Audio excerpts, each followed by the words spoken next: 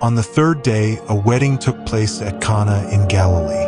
Jesus' mother was there, and Jesus and his disciples had also been invited to the wedding. When the wine was gone, Jesus' mother said to him, "They have no more wine. Woman, why do you involve me?"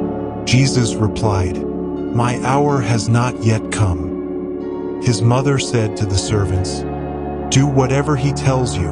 Nearby stood 6 stone water jars, the kind used by the Jews for ceremonial washing, each holding from 20 to 30 gallons. Jesus said to the servants, "Fill the jars with water." So they filled them to the brim. Then he told them, "Now draw some out and take it to the master of the banquet." They did so, and the master of the banquet tasted the water that had been turned into wine. He did not realize where it had come from, though the servants who had drawn the water knew. Then he called the bridegroom aside and said, "Everyone brings out the choice wine first, and then the cheaper wine after the guests have had too much to drink. But you have saved the best till now." What Jesus did here in Cana of Galilee was the first of the signs through which he revealed his glory, and his disciples believed in him. After this, he went down to Capernaum with his mother and brothers and his disciples. There they stayed for a few days. When it was almost time for the Jewish Passover, Jesus went up to Jerusalem. In the temple courts he found people selling cattle, sheep and doves, and others sitting at tables exchanging money.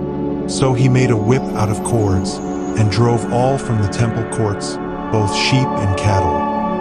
He scattered the coins of the money changers and overturned their tables. To those who sold doves he said, "Get these out of here. Stop turning my Father's house into a market." His disciples remembered that it is written, "Zeal for your house will consume me." The Jews then responded to him, "What sign can you show us to prove your authority to do all this?"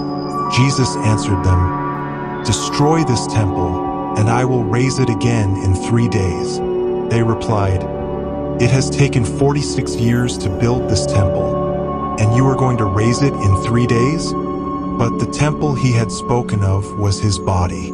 After he was raised from the dead, his disciples recalled what he had said.